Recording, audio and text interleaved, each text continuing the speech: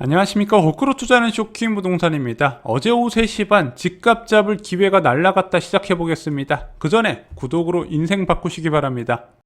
자, 어제 부동산 시장에 정말 큰 이슈가 있었습니다. 어떤 내용이었냐? 재건축조합은 2년 의무거주 방안 추진 않기로 한 건데요. 기사 내용을 좀 살펴보겠습니다. 재건축단지 조합원이 분양권을 얻으려면 2년간 실거주를 하려 한 정부의 규제 방안이 철회됐다고 합니다. 12일 국회에 따르면 국회 교통위원회는 이날 국회 국토법안 소위를 열어 더불어민주당 조홍천 의원이 대표 발의한 도시 및 주거환경정비법 개정안 중 재건축조합원에게 실거주 의무를 부여하는 내용을 빼기로 했다고 합니다. 재건축조합원의 실거주 의무 부여 방안은 작년 6.17 대책의 핵심 내용이었으나 야당 의원들의 반대로 법 통과가 지연되다 결국 이날 법안에서 빠지게 됐다고 하네요. 자, 작년 6.17 부동산 대책에서 포함됐던 대표적인 재건축 규제책이었습니다. 거주 요건을 갖춘 경우 조합원 분양 신청 허용이에요. 수도권 투기과열지구의 재건축에서는 조합원 분양 신청 시까지 2년 이상 거주한 경우에만 분양 신청을 허용하겠다. 그래서 도시 및 주거환경정비법 개정 이후에 최초 조합 설립 인가를 신청하는 사업장부터 적용하기로 한 겁니다. 이게 2년 거주하지 않으면 현금 청산 대상자 된다는 게 굉장히 강력한 법이거든요. 자, 이것이 어떤 내용이냐면요. 이제 재건축 사업 단계에서 건축 허가에 해당되는 사업 시행 인가 과정을 끝나게 되면은요. 어떤 과정을 거쳐야 된다? 바로 120일 이내에 조합원 분양 신청을 진행해야 됩니다. 그래서 관리 처분 단계의 가장 핵심적인 업무가 바로 이 조합원 분양 신청이에요. 조합원들이 야, 나 어떤 평형 신청한다. 처음으로 조합에 신청을 하게 됩니다. 그런데 이 분양을 신청할 때 조합에서 이 사람이 분양 자격이 있는지 한번 체크를 하게 돼요. 그 체크할 때 분양 신청 시기까지 2년 실거주 의무를 채우지 못하면 현금 청산 대상자로 분류한다는 겁니다. 굉장히 무서운 규제죠. 자, 재건축 사업장의 경우 갭 투자 수요가 80% 이상입니다. 고층 재건축 말고요. 저층 재건축 같은 경우 거의 90% 이상이에요. 실제 내가 몸테크하면서까지 입주하면서 조합원 입주권 받는 사람들이 그렇게 많지는 않거든요. 자, 이렇게 갭 투자 수요가 지속적으로 몰리다 보니까 조합원 권리를 사고 팔면서 재건축 아파트 시세가 급등을 하게 됩니다. 그런데 이게 재건축 아파트만 급등하면 상관없는데 주변의 일반 아파트 가격까지 같이 올려버려요. 그래서 일반적으로 서울 아파트 가격 불안은 재건축 아파트 가격 불안으로 시작되더라. 그러면은 이 재건축 아파트를 실수자만 사고 팔게 하자 해서 만든 강력한 대책이었습니다. 근데 이 규제가 필요했던 이유가 있거든요. 왜냐면은 지금 정부에서 재건축 규제 완화로 공급을 늘릴 필요성을 제기하고 있는데, 야, 그러면은 이 재건축 규제 완화를 통해서 층수 완화든 용적률 완화든 무엇인가 제공을 해버리게 되면 조합원들의 이익이 늘어나잖아. 그러면은 그 이익 늘어가는 것을 기대하면서 갭 투자 수요가 또 벌떼처럼 몰려버리면 가격 불안이 지속될 거다. 그러면은 재건축 규제 완화와 부동산 시장 완화가 양립할 수 없는 부분이 되네. 그러면은 이런 갭 투자 수요를 차단시켜 버리면은 재건축 규제 완화를 통한 공급 확대에 나설 수 있겠네, 이렇게 생각할 수 있는 부분이죠. 그래서 이사 공급 대책의 투기 억제책을 참고한 방안처럼 이 재건축의 조합원 권리를 사고 파는 것을 막아버리겠다, 이렇게 나온 규제였습니다. 자, 재건축 초기 사업장들은 이 규제 이후에 비상이 걸릴 수밖에 없습니다. 왜냐? 2년 실거주 의무가 부여된 단지들은 당연히 갭 투자 수요가 유입이 안 되고요. 몸테크할 사람만 받아야 되다 보니까 앞으로 가격 상승 기대감이 점점 적어질 거예요. 그래서 이 규제가 시행되기 이전에 조합 설립 신청을 맞춰야 되는데, 이게 말이 조합 설립 인가 신청이지 이게 간단한 단계는 아니거든요.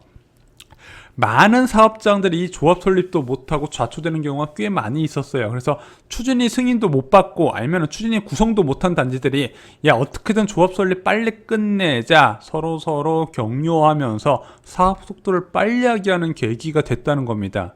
그래서 올해 밀어내기 조합 설립 인가 신청이 본물을 잃었던 거예요. 대표적으로 압구정동 생각하시면 될 것 같습니다. 그래서 보면 재건축 아파트 시세 보잖아요. 조합 설립 신청이 접수된 단지와 아닌 단지의 시세 격차가 꽤 많이 나타나요. 대표적으로 잠실주공 5단지 이미 예전에 조합 설립 받았거든요. 음마는 추진위 구성 단계잖아요. 그러다 보니까 이 두 개 단지의 시세 차이가 꽤 난다는 부분이죠. 왜? 앞으로 가격 상승 기대감이 어디가 더 많을 것인가 뻔히 보인다는 부분입니다. 자, 그런데 최종적으로 없던 일로 결정이 돼버렸어요. 2년 실거주 백지화가 돼버렸답니다. 왜? 집주인이 실거주 의무를 채우기 위해서 세입자를 내보낸다는 거죠. 정부 규제가 세입자를 길거리로 내보낸다는 언론 보도가 쏟아졌고, 안 그래도 임대차 3법으로 민감했었던 여당에서 추진하기 좀 어려웠다, 이런 좀 생각이 들게 됩니다. 자, 그렇게 따지면 재건축도 못하게 막아야 하는 거 아닌가? 자, 이런 실거주 의무 결국에는 전체적인 흐름에서 보면은 집주인이 살던 집이 매물로 나온다는 이야기잖아요. 자기가 살던 집 천막 치고 살고 있었던 것도 아니고 전세든 왜 매매든 거주하던 집이 시장에 나온다는 얘기인데, 그런 전체적이 살 수 있는 집 자체가 줄어든 건 아니거든요. 그런데 재건축은 거주 가능한 주택수 자체가 줄어들고 당분간 없어진다는 얘기인데, 그럼 재건축도 못하게 막아야지. 제가 볼 때 좀 명분이 약한 것 같습니다. 자, 여당에서는요, 현재 서울시와 추진 중인 재건축 과열 대책을 좀 믿는 것처럼 보여요. 어떤 방안 추진 중이죠?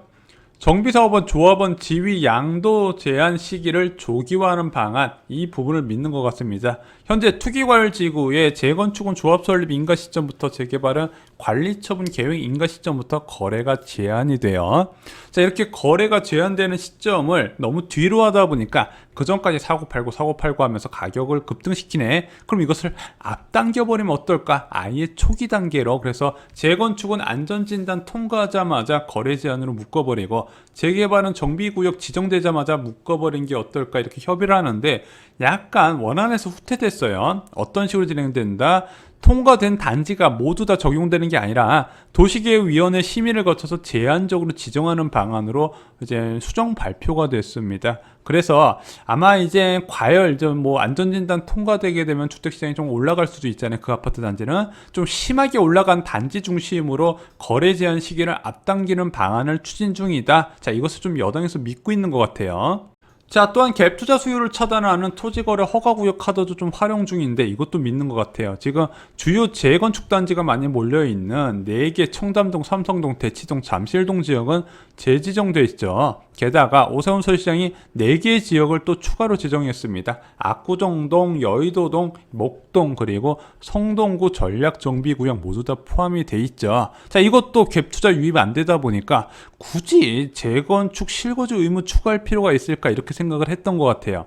그런데 개인적으로 좀 아쉽게 생각해요. 지금 토지거래 허가구역이나 조합원 지위 양도 제한을 조기화시킨 부분은요, 분명히 수요 감소 요인은 맞습니다. 그래서 갭 투자하는 사람들의 유입이 차단되는 부분도 어느 정도 인정을 하는데, 또 하나 문제가 있어요. 얘가 수요만 감소시키는 게 아니라 공급도 감소시키는 요인이 됩니다. 왜? 실입주 가능한 매물만 내놓다 보니까 수요 감소보다 더욱 크게 문제되는 게 바로 공급 감소 요인.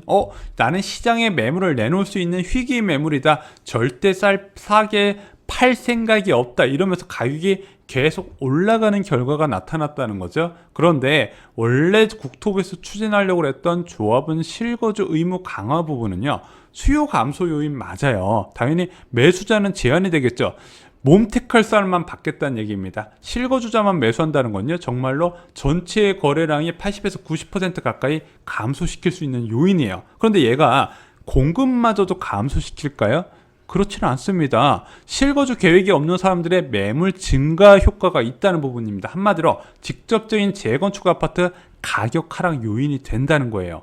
그런데 제가 왜 제목부터 아쉬움을 드러냈냐면요, 서울 아파트 가격은 무조건 재건축부터 잡아야 됩니다. 재건축 아파트가 꾸준히 우상향하는 데는 과정에서 서울 일반 아파트 가격 하락하는 케이스 아마 여러분들 못 보셨을 거예요. 주로 재건축 아파트부터 가격이 꼬꾸라지면서 고가 신축 아파트 하락하고, 이 추세로 점점 투자 수요가 적은 아파트 단지로 확대돼 나가면서 하락하는 결과가 나타났다는 거죠. 그래서 재건축 아파트를 잡아야 일반 아파트 하락까지 이어질 수 있는 부분인데, 재건축 아파트를 잡을 수 있는 가장 유력한 카드를 정부가 백지화 시켰다는 거, 좋은 정책이었는데 백지화되어서 굉장히 아쉽게 생각을 합니다. 자, 선거철이 다가와서 그런가 작년에 강경했었던 투기 억제책이 자꾸 후퇴하는 모습이 보여지는 것 같습니다. 이 재건축 아파트 규제가 확실하게 강화되어야 이 재건축 아파트 규제 완화를 통한 공급 확대 방안도 추진될 수 있었고, 그에 대한 가장 확실한 효과가 바로 실거주 의무 강화 부분이었는데 좌초되는 부분 굉장히 아쉽게 생각을 하고 있습니다. 자, 자꾸 이렇게 정책이 후퇴하는 모습이 부동산 시장 투자를 생각하는 분들께 잘못된 신호를 주지 않을까 개인적으로 걱정이 되면서 이번 영상 마치겠습니다. 좋아요, 구독, 공유 꼭 부탁드립니다. 감사합니다.